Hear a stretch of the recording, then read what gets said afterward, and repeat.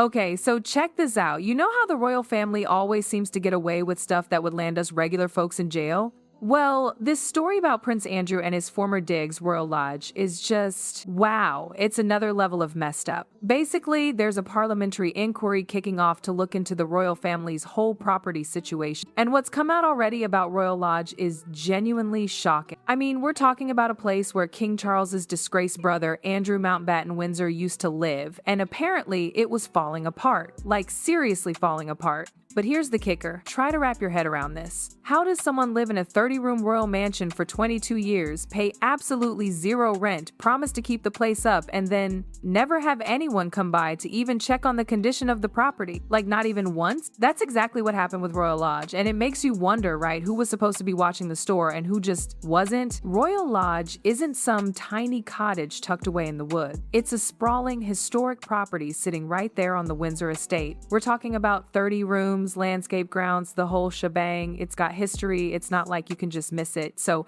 Andrew moved in back in 2003. And here's where it gets even weirder. The deal he signed with the Crown Estate was, shall we say, highly unusual, even by royal standards. He didn't pay rent. Not a single penny. Instead, he supposedly agreed to cough up a big lump sum up front to refurbish the place and then keep it in good nick for the duration of his 75-year lease. 75 years. He basically got a lifetime deal. Now, on paper, this sounds strict, right? Like, okay, he's not paying rent, but he's putting in millions to fix it up and maintain it. Seems almost reasonable? Nope, turns out none of it was enforced. According to a Freedom of Information request that the Daily Mail got their hands on, not a single Crown Estate official inspected Royal Lodge in the entire 22 years that Andrew lived there. Not once. No routine checks, no scheduled visits, not even a quick walkthrough to make sure the place was being looked after. Seriously? What was the point of the agreement then? This is where the sweetheart deal accusations really start to gain weight. The Crown Estate officials had the right to enter the property at reasonable times to make sure everything was being done, but they just didn't, and that raises a lot of uncomfortable questions. It gets worse. The Crown Estate had previously told Parliament that inspections were carried out on a need-only basis, but the Freedom of Information request shows that, in this case, that need apparently never arose, not once in over 2 decades. Richard Fitzwilliam, a royal commentator, has been pretty blunt about how this looks. He basically said that the absence of inspections will be seen as yet another example of a sweetheart deal between Andrew and the Crown Estate. And given all the other controversies Andrew's been involved in over the years, most notably his long-standing association with Jeffrey Epstein, it casts a really dark shadow over everything. It's like it's that former royal member, the one former prince that most people we've spoken to said they do not feel should be welcome to this part of Norfolk.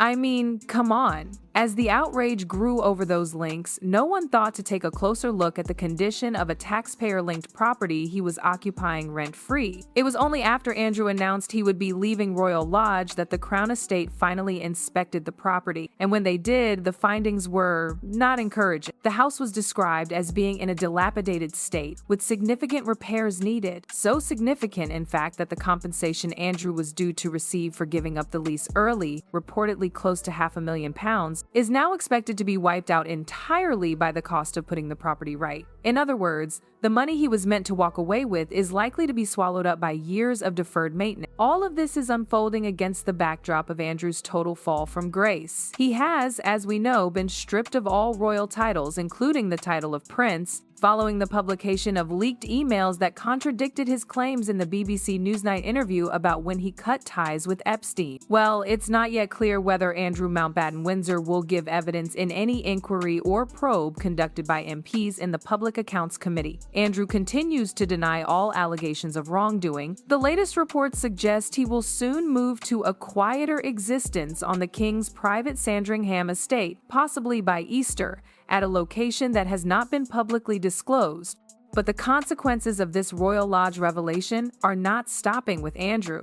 Members of Parliament are now preparing to widen their focus. The Public Accounts Committee is expected to launch a broader probe into royal properties managed by the Crown Estate, looking closely at whether taxpayers have received proper value for money. This is a key detail because the Crown Estate is not a government department, but it does manage assets on behalf of the public. Its profits are returned to the Treasury and help fund the sovereign grant. which pays for official royal duties and the upkeep of official residence. The Crown Estate does not own Buckingham Palace or Windsor Castle, but it does oversee several royal homes, including Royal Lodge, Bagshot Park, Forest Lodge, and Thatched House Lodge in Richmond. And this is where things could become uncomfortable for more than one member of the royal family. Experts are warning that this investigation could open the door to long-hidden arrangements, lifetime leases, peppercorn rents, no inspection policies, deals struck decades ago that would never be approved under today's standards. Some have described it as the opening of Pandora's box. The probe is expected to look at Forest Lodge, the new family home of the Prince and Princess of Wales. The Crown Estate has said they are paying market rent, though no figures have been released. This is a lovely, peaceful area. His reputation now is tarnished, and I don't think it's right. This is where the royals come for Christmas. It's and come throughout the year, and I don't think people local really want to see him here. It will also examine Bagshot Park, the vast Surrey mansion occupied by Prince Edward and Sophie.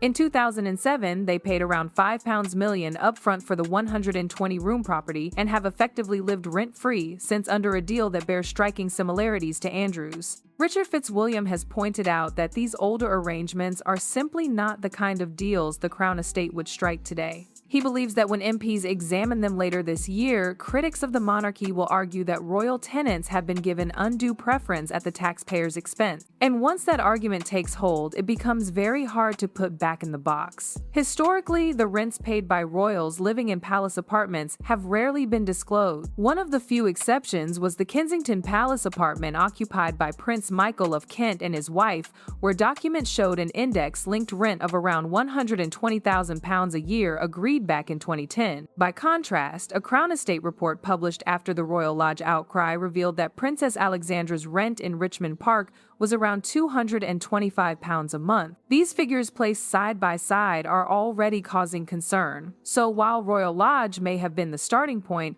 it is increasingly clear that it will not be the end of this story. The focus has shifted from one disgraced former duke to the entire system that allowed such arrangements to exist without scrutiny for so long. Before I go, I want to hear what you think. Should royal property deals be fully transparent, or is there still a case for privacy when it comes to how the family lives?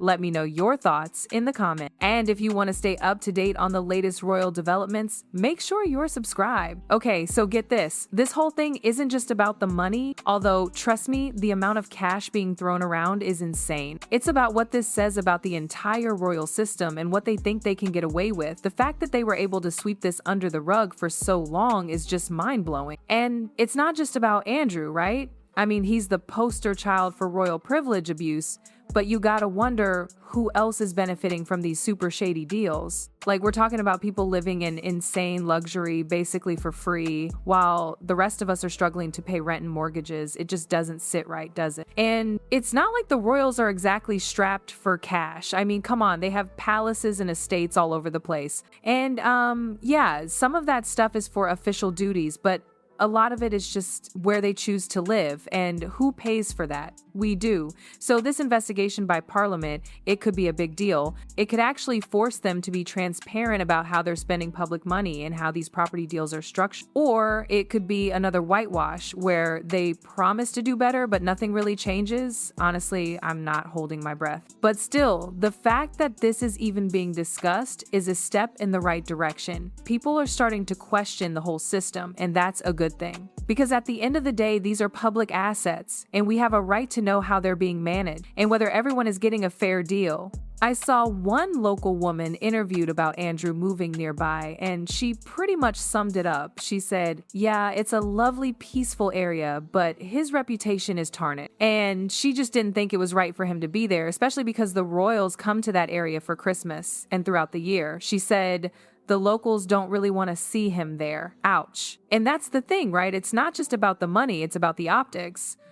It's about the message it sends when someone who's been accused of such serious things gets to live a life of luxury, seemingly without any consequences. It just doesn't feel fair. So yeah, Royal Lodge might be the starting point, but this investigation could open up a whole can of worms. And it's about time. The royals need to be held accountable for their actions and for how they're spending public money. And if this investigation can shine a light on some of those hidden arrangements, then it will have been worth it. Even if it just makes them think twice before signing another sweetheart deal.